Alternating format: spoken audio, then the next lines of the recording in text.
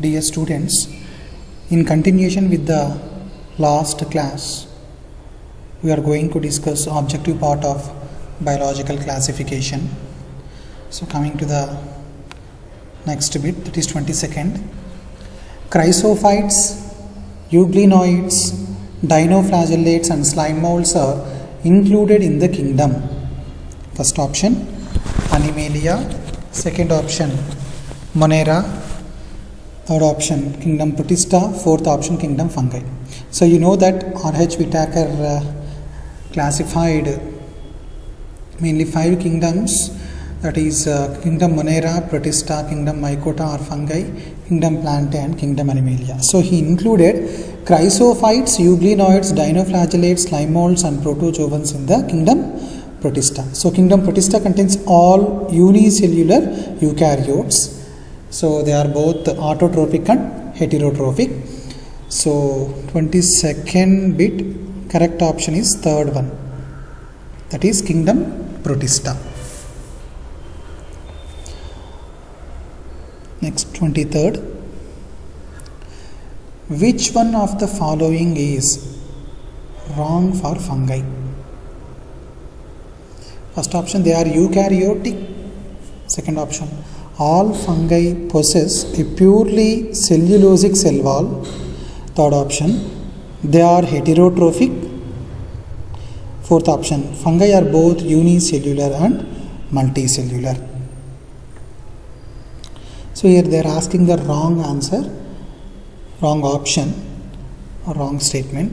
Here they are eukaryotic. Yes, all fungi are eukaryotic. So please remember, from kingdom Protista to kingdom Animalia, all are eukaryote.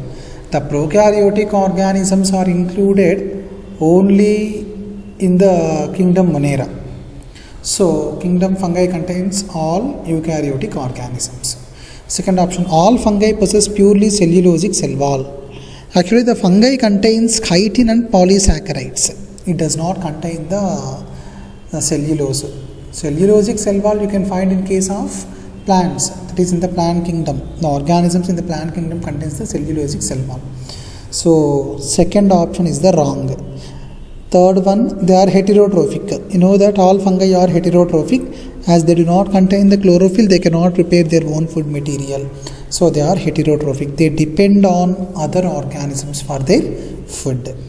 Fourth option, they are both unicellular and multicellular. So we already studied that yeast is unicellular and the remaining members of the fungi are multicellular. So they are both unicellular and multicellular is the right statement. So here the wrong statement is all fungi possess a purely cellulosic cell wall. It does not contain the cellulose. Next, coming to the 24th bit. Methanogens belong to, first option Eubacteria, second option Archaebacteria, third option dinoflagellates, fourth option slime molds. So here methanogens belong to Eubacteria. Eubacteria are also called true bacteria. So Archaebacteria is the ancient bacteria. So methanogens belongs to the Archaebacteria. Dinoflagellates, which comes under kingdom Protista. Even slime molds too comes under kingdom Protista. Eubacteria and Archaebacteria comes under kingdom Monera. So methanogens belongs to Archaebacteria. They can produce the methane gas.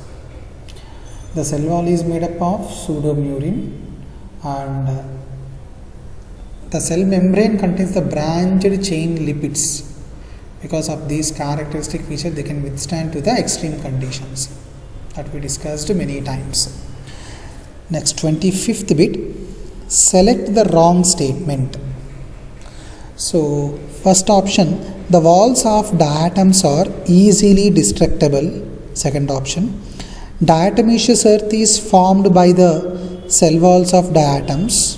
Third option, diatoms are chief producers in the oceans. Fourth option, diatoms are microscopic and float passively in water. So The walls of the diatoms are easily destructible. That is the wrong option. The walls of the diatoms usually made up of silica and it is indestructible. We studied in the chrysophytes. So the cell walls of diatoms are not easily destructible. So that is the wrong statement. Diatomaceous earth is formed with the cell walls of diatoms. You know that. The accumulation of the cell wall for billions and billions of years, which forms the diatomaceous earth. It's also called Kesselger. Has wide applications. We already discussed. Next, diatoms are the chief producers in the oceans. Yes. Next, diatoms are the microscopic and float passively in the water. But they cannot swim against the water currents. So, second, third and fourth options are correct options, correct statements. The first one is the wrong statement. So, here they ask the wrong statement. So, 25th correct answer is 1. Next, 26th bit. Viroids differ from viruses in having. First option, DNA molecules with protein coat.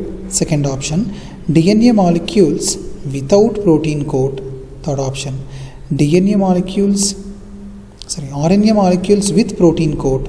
Fourth option, RNA molecules without protein coat. Viroids contain only RNA molecule. They do not contain DNA and they do not contain the protein. So viruses contain both DNA and protein coat or RNA and protein coat. If it is the DNA viruses, they contain DNA as the genetic material and capsid, which is a proteinaceous in nature. If the virus is RNA, that is RNA virus, the genetic material is RNA and the protein coat is present in case of RNA viruses. So they contain either DNA or RNA but not both. So that is about viruses. So viroids contain only RNA. They do not contain protein coat. So 26th right option is 4. RNA molecules without protein coat. They contain free RNA molecules. They also causes diseases. Even the viroids are very, very small when compared to the viruses. Viruses are very, very small. You cannot see with your naked eye and they are microscopic. And you cannot see under the normal light microscope. You need electron microscope to see the structure of the virus. Even viroids are even too small when compared to the viruses. Next, coming to the 27th bit. Which of the following are found in extreme saline conditions? So this is the repeated bit. Many times they are asking. So first option Archaebacteria, second option Eubacteria, third option Cyanobacteria, and the fourth option is Mycobacteria. So which of the following are found in extreme saline conditions? Saline conditions means salt conditions.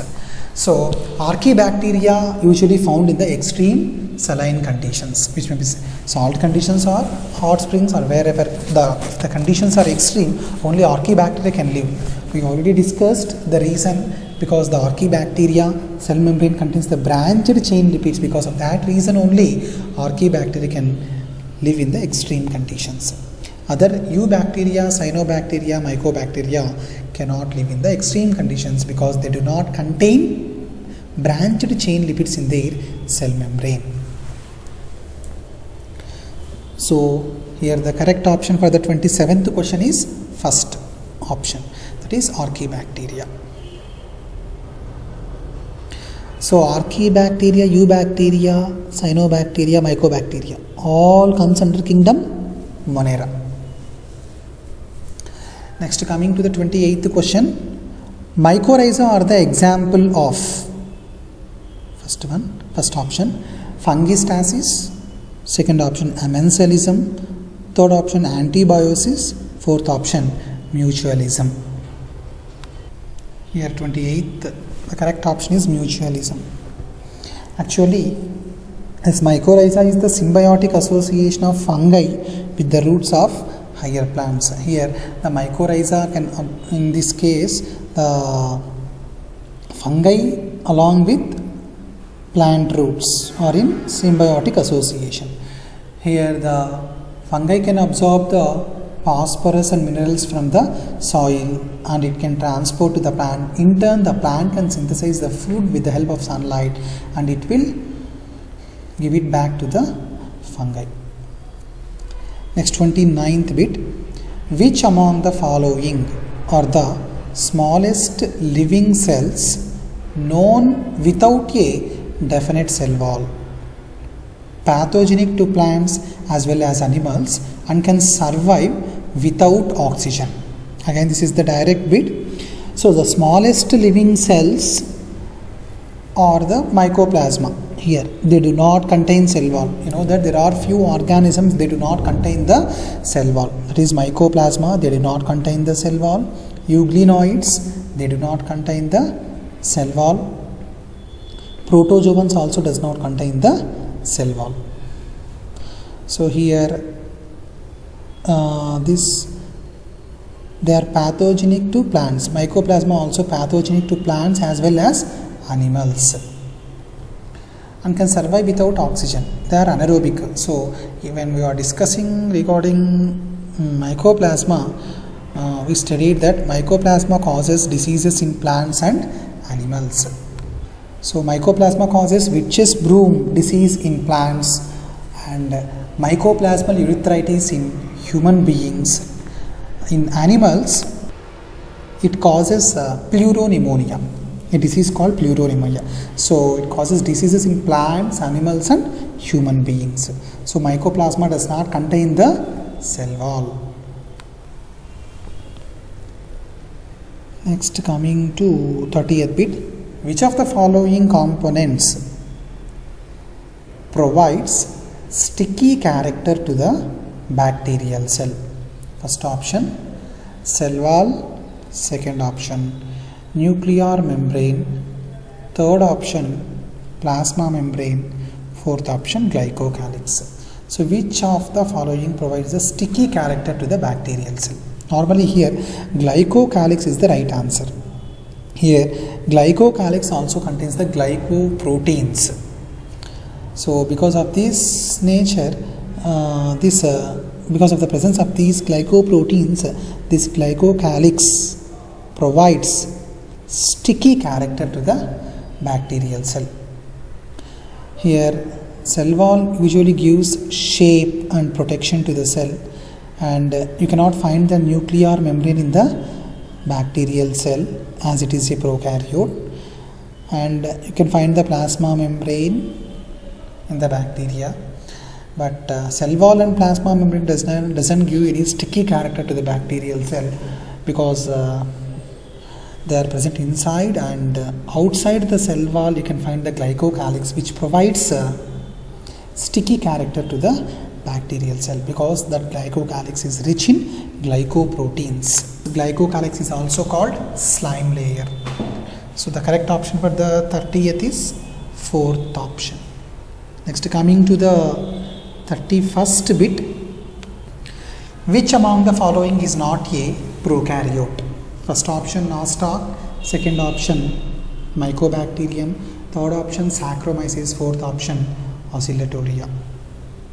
So here the nostoc and Oscillatoria are the cyanobacteria. So they are prokaryotes only. Mycobacterium, which comes under actinomycetes, that is also prokaryote. Saccharomyces, which comes under kingdom fungi. So Saccharomyces belongs to kingdom fungi of the subclass Ascomycetes. So Saccharomyces is a eukaryote, because the kingdom fungi contains all eukaryotic organisms. So nostoc, Oscillatoria, Mycobacterium, which comes under kingdom Monera. Kingdom Monera contains all prokaryotes. Saccharomyces belongs to the kingdom fungi. Saccharomyces is nothing but yeast, which is unicellular, and it is eukaryote, which comes under kingdom fungi. Next bit, 32nd bit. Select the wrong statement.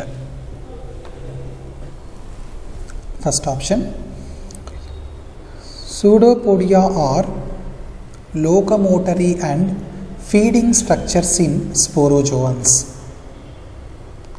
Second option, mushrooms belongs to basidiomycetes.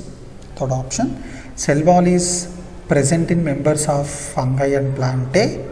Fourth option, mitochondria are the powerhouses of the cell in all the kingdoms except Monera. So if you observe the bit, most of the times they are asking the wrong statement. So what is the wrong statement here? Pseudopodia are locomotory and feeding structures in sporozoans. That is the wrong option. Pseudopodia you cannot find in case of sporozoans. Pseudopodia you can find in case of amoeboid protozoans. So pseudopodia also called false feet. So are locomotory in case of amoeboid protozoans, not in case of sporozoans. So sporozoans examples are Plasmodium here. So they do not contain pseudopodia. That is the wrong statement. So next second option, mushrooms belongs to basidiomycetes. Yes, that is also right option. Right statement. Cell wall is present in members of fungi and plantae. Yes, the fungal cell wall is made up of chitin and the plant cell wall is usually made up of cellulose, hemicellulose and pectin. So they contain the cell. Plants and fungi contain the cell wall. Next, fourth option, mitochondria are the powerhouses of the cell in all kingdoms except Monera. In the Monerians you cannot find the mitochondria as they are unicellular prokaryotes.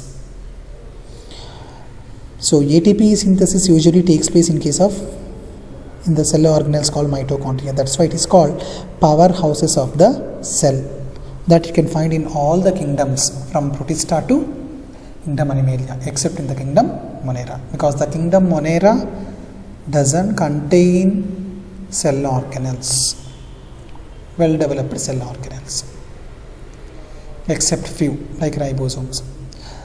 Next, coming to the 33rd bit, after karyogamy followed by meiosis,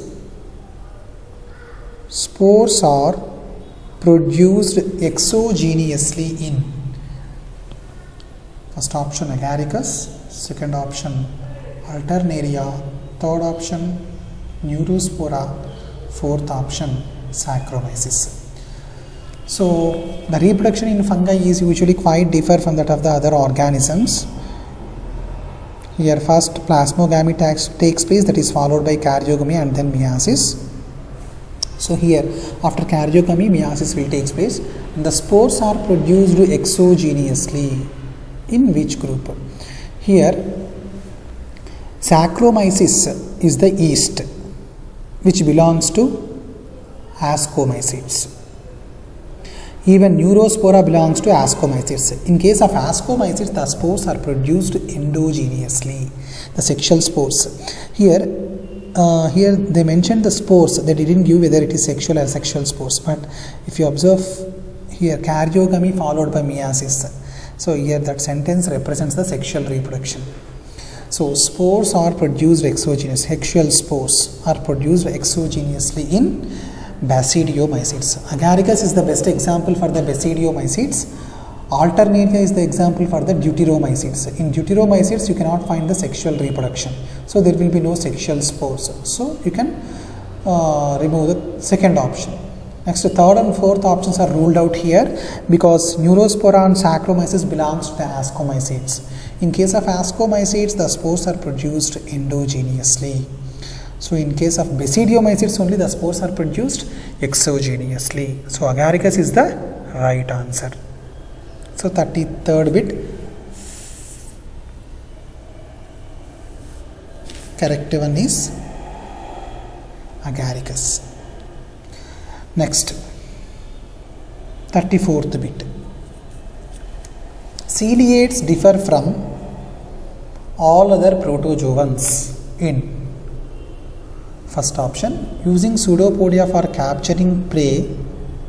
Second option, having a contractile vacuole for removing excess water. Third option, using flagella for locomotion. Option fourth, having two types of nuclei. So the protozoans are mainly 4 types: amoeboid protozoans, ciliated protozoans, flagellated protozoans and sporozoans. So ciliated protozoans differ from other protozoans in having 2 types of nuclei. Normally the ciliates has 2 types of nuclei, that is micronuclei and macronuclei. Micronucleus and micronucleases. So 2 types of nuclei are present in case of ciliates. The other protozoan does not contain these 2 types of nuclei. So this micronuclei and macronuclei are present in the ciliates. So correct option for the 34th bit is 4th option. Now coming to the 35th bit. Which of the following organisms are known as chief producers in the oceans? First option cyanobacteria, second option diatoms, third option dinoflagellates, fourth option euglenoids. So the chief producers in the oceans are chrysophytes, that is diatoms. So diatoms are the chief producers in the oceans. Cyanobacteria, which comes under kingdom Monera, diatoms, dinoflagellates and euglenoids comes under kingdom Protista.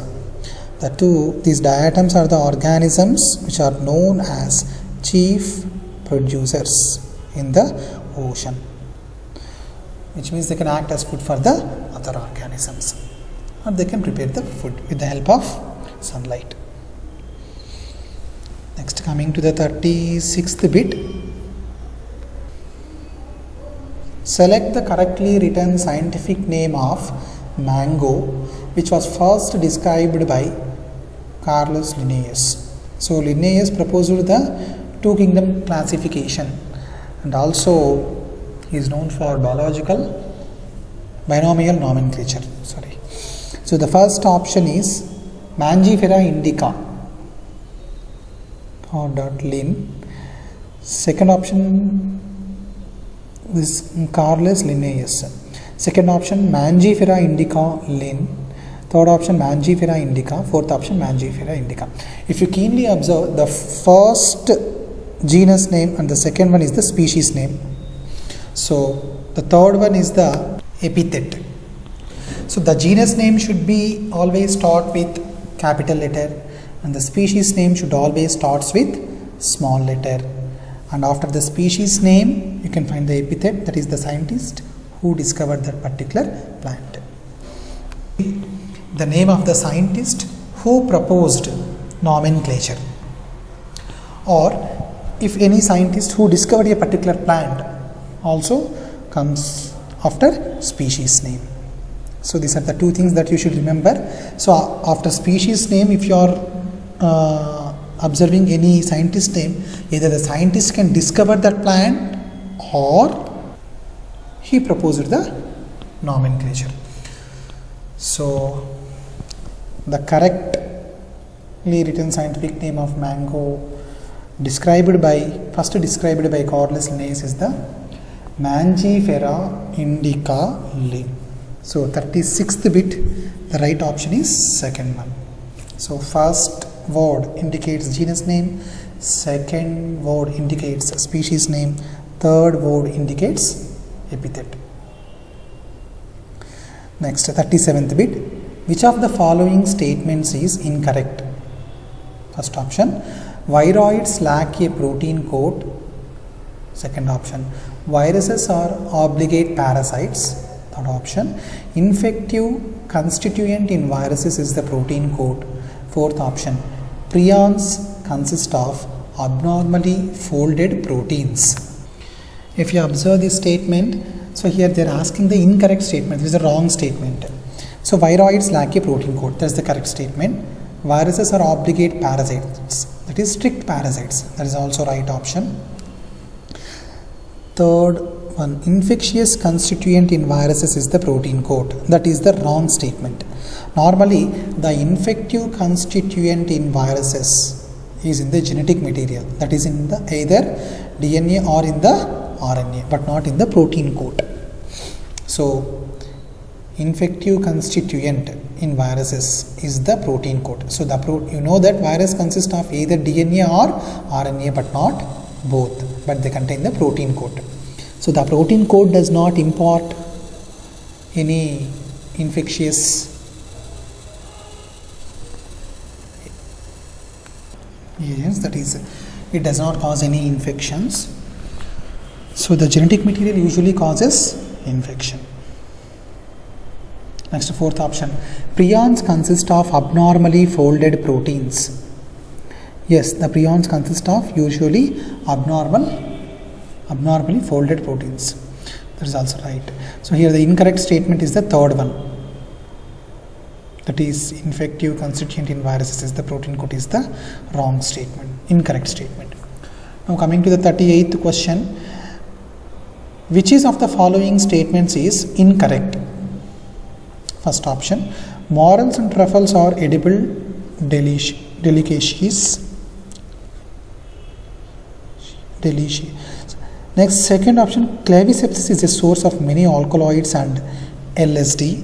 Here LSD refers to lysergic acid diethylamide.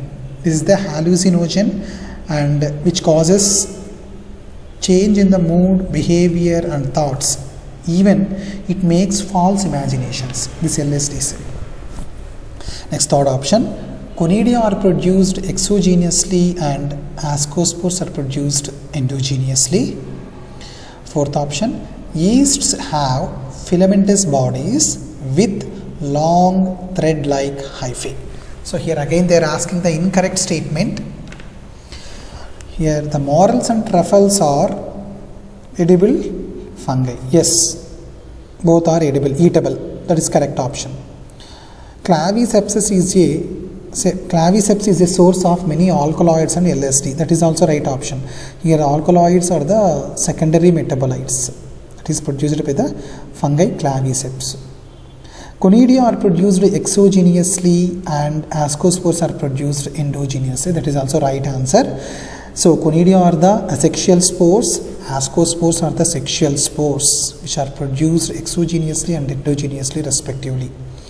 So in case of ascomycetes, asexual spores called conidia which are produced exogenously, and ascospores are called sexual spores which are produced endogenously. That is also right option. Next, yeasts have filamentous bodies with long thread-like hyphae. That is the wrong option. Yeasts are unicellular. They are not filamentous. They are unicellular and they do not contain thread-like hyphae. They can reproduce by budding. So here the wrong option is the fourth one, 38th. Next, coming to the 39th bit. So 38th bit correct option is fourth. Wrong statement is fourth. Next, coming to the 39th bit. Match column 1 with column 2. So here they have given A, B, C, D and 1, 2, 3, 4. Column 1 A, B, C, D, saprophyte, parasite, lichens and mycorrhiza, and column 2 they have given different explanations. So here saprophyte. So what are saprophytes? Saprophytes are the organisms, they mainly depend on dead and decaying matter, organic matter. So A, here option A2, saprophyte, decomposition of dead organic material is the correct match. Next, coming to the parasite. Parasites are the organisms, they depend on living plants and animals. So B3. Next, lichens. C, lichens. So you know that lichens are mainly composed of algae and fungi. The symbiotic association of algae and fungi is called lichen. So algal part is called phycobiont and the fungal part is called mycobiont. Algae can synthesize the food material and fungi can absorb the minerals from the soil. So lichens, symbiotic association of algae and fungi. Next, mycorrhiza. That is symbiotic association of fungi with plant roots. So the plant roots can absorb mainly phosphorus. In case of mycorrhiza, fungi can absorb the phosphorus and give it to the plant roots, transport to the plant roots. Next, coming to the 40th bit, which organisms have silica in their cell wall? First option dinoflagellates, second option slime molds, third option diatoms, and the fourth option euglenoids. So which organism having silica in their cell wall? We already know that diatoms contains the silica in their cell wall, that you should remember. So silica is not only present in the diatoms, silica is also present in the marine forms of protozoans, contains diatoms. Surface of the marine protozoans contain the silica.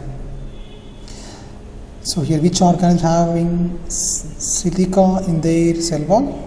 Diatoms, which comes under chrysophytes of the kingdom Protista.